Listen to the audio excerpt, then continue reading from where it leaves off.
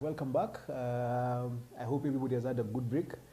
2023 is here with us. First and foremost, on behalf of Rware Central Hotel, I want to say thank you to all those people who checked in here, who supported us over the holiday period.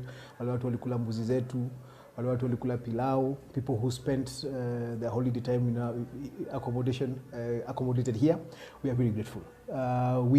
You guys are the ones who are keeping us going. And you also give me the space to be able to speak to you every week or every couple of days about what's happening in the country. So thank you so much on my behalf and behalf of everybody who works for Rware Central. Now the year has begun, and it has begun, it's the first week, and it feels like we are on top form. I mean, I was just looking at the news items from Nanyuki. One of the things, as usual, the president is doing is setting an agenda. Now, all of us are talking about the fact that he's in Nanyuki. All of us are talking about the fact that he called his own government there. All of us are talking about whether he or not he's trying to control all the arms of government. I know we had a conversation late last year about him talking about the judiciary. Now he's called the legislature. He's called the county governments. They've all gone to sit with him. I think from the positive side, what he's trying to do is make sure everybody knows what his plan is. He wants to make sure Parliament knows what his plan is. He wants to make sure the governors know what his plan is. And that was one of the things that you could see a dysfunction in the previous government. There was a disconnect between what the county government was running after, what Parliament was running after, and what the executive was doing. And maybe what he's trying to do is solve that problem by making sure everybody is on the same page. The challenge about that is that, of course, there are some people who are seated somewhere just waiting for him to do that so they can start poking holes in his plan. In an ideal situation, everybody having a plan would be working according to that plan. But you can be sure in the course of the next couple of days, we are going to be listening to the opposition saying, oh no, why is he trying to control Parliament? Why isn't he? Does he understand about the independence of institutions? So, and that's what politics is all about.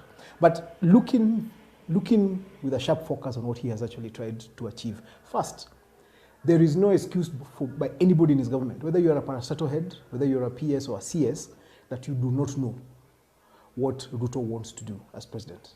You cannot give that argument. You spent 4 days listening, and I hear those meetings are starting early, my friend. They are starting on time. They are running according to a program. He actually has a plan. He kept saying during the campaigns, he has a plan. We didn't believe him, and some of us didn't believe him.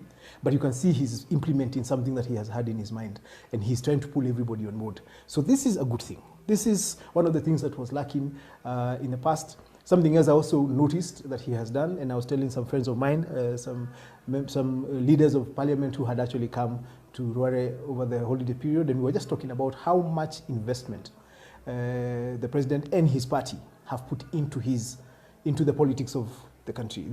They are making sure people are up to date with what is happening. And sometimes I feel as if the president is going to start having a challenge balancing politics and policy, because it's always easier to do one thing, not both. Policy requires you to be non-emotional, to think with your mind. Policy requires you to think with your mind. Politics requires you to think with your heart. When you try to do both at the same time, you struggle. He's doing both at the same time. He's playing very good politics. His political game is in good form. And he's also trying to run policy at the same pace. The problem is, I am not sure he's going to be able to balance it. But again, it's very, very early in the year. The year has just begun. This is actually his first calendar year as president. His government is in place. His 100 days are over. So now we can start really criticizing him and looking at his policies. So let's see what happens after they come out of Nanyuki and they get into office, whether they'll be able to actually implement what they have agreed. As I said, some of the ideas that I had in Nanyuki are interesting. The idea of a paperless bureaucracy is something I would want to see. Part of it is because you keep hearing a lot of people in government want to have a letter in a file, so that if things go wrong, he's able to say, I was told by my boss, and I even have a letter to show what my boss said. Emails can get rubbed out, SMSs can get rubbed out. So it is going to be interesting to see whether the resistance, the normal bureaucratic resistance to change is going to allow him to implement some of the really good ideas that he has. But that is what it is. So kudos for starting the year right, getting everybody on the same page, having the whole government thinking in one line and listening. Of course, one of the things that came out of Nanyuki was my good friend, GACHAGUA. climbing the mountain and praying for us, not once, not twice, actually 3 times. He went up the mountain, and he was going up at 3 a.m. in the morning, 4 a.m. in the morning, and man, my dad and I were watching one of those news items, and my dad said, yeah, he looks like a Mau Mau. So he's really getting this thing of kijana ya Mau Mau right. He's initially, when he started doing the things he was doing, like many people, I thought he was taking it a bit too far, that he was overdoing it. He was creating a niche that would make him look like a political buffoon. But gradually, you're starting to see this looks like a guy who has a plan. He literally cut a niche for himself. We talked about Nanyuki, and then we talked about Rigathi. You know, we keep talking about him. The other day from Nyeri, he made a comment about Nairobi and matatus and whether they should come in, and we forgot, and it was like 3 weeks ago. We are still talking about it. Somehow, either deliberately or by default, and in politics it's very hard for things to be done by default, he's gradually cutting a niche for himself as somebody who is his own person. But then he's also being very strategic. You get the vibe he has decided he's not going to go into a fight with his boss. So he's always very humble and very, he's not trying to challenge his boss. He's not trying to challenge his boss's space. And the boss is also showing him, so in Nanyuki there was an interesting moment where RUTO seemed like he was defending Rigathi in regards to the work he's been given and the mandate they have, where he said, the deputy president and myself were mandated by the people. Then everybody else here has been given the mandate through us. That was like a way of trying to say, me and Rigathi are on this side, and everybody else is on that side. There was a feeling initially that there was some tension, but they're managing it. If there's any tension, they're managing it well. But you can tell Rigathi is doing his work, but he's cutting his niche out for himself. And he's done a good job. He's now been given the responsibility of trying to solve Meru's issues, trying to bring Kawira and the MCAs. That's going to be an interesting thing to watch, how that is going to show up. But then also he's delivered. I mean, you see, we had this issue in Kandara, we had the by-elections that just happened, and UDA has actually been able to cut a niche for themselves, and they are still showing their supremacy. They have managed to recover every seat that they had, which is something, because usually when a party takes over government, then they start losing steam as they start having their own internal fights. They took all their seats back, and that is something.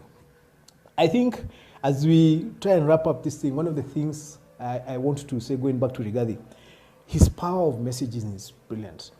Recently, as the year was ending, he said that as we get into 2023, maudo ni matatu, mambo ni tatu. We're going to be dealing with tea, we're going to be dealing with coffee, we're going to be dealing with milk. That is a powerful message.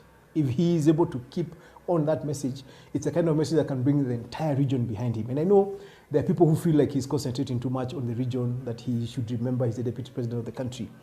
But then he's also telling us that everybody comes from somewhere. Whether you're a chief minister, you have issues about sugar in Western. Whether you come from the coast, that you get into office to deal with where you come from and the rest of the country. He has set his agenda. He's saying that he's going to be dealing with tea, he's going to be dealing with coffee, he's going to be dealing with milk. Now, those are things that everyone who comes from where he comes from, which is the Mount Kenya region, which comes from Central Province, or Meru, or those of us who come from Nyeri, we're looking at him and saying, well done. If you can deliver that one, we will listen to you. And this is how you start getting onto your way of being a regional kingpin, because as we said, it is a process. One of the questions that was asked as I finish, in some of the feedback I was getting from the last couple of videos we've done, is what happened to Jubilee. We didn't field anyone in the by-elections. And in my opinion, I think Jubilee is starting to look like a lost case. Sometimes we are asked by people, why didn't you guys see this coming? And now that I'm outside and I've listened to people and I've heard people speaking, I have talked to people from Nyeri and across various places I've been visiting, I have to admit, first, as Jubilee, we were disconnected. We were disconnected from the ground. We were not listening to the ground. Maybe we focused too much on doing government work and forgot that we are primarily politicians. But very, very clearly, there was that feeling of disconnection that came out looking like arrogance, came out looking like pride, people reached a point they got angry with us because we were not listening to them. And that is one of the things we are going to have to keep dealing with. Those who will be in Jubilee, those who will stay in Jubilee. I am not sure how many people are going to stay in Jubilee. I know a lot of us are considering whether this is a party we want to be in, but that is something. A question that was asked last week, what happened to Jubilee? That's what I would say happened to Jubilee. We just got disconnected. And we hope that the other parties, including UDA, which is now a ruling party, is learning from what happened to us. Anyway, see you again soon. Let's keep talking. Thank you very, very, very much.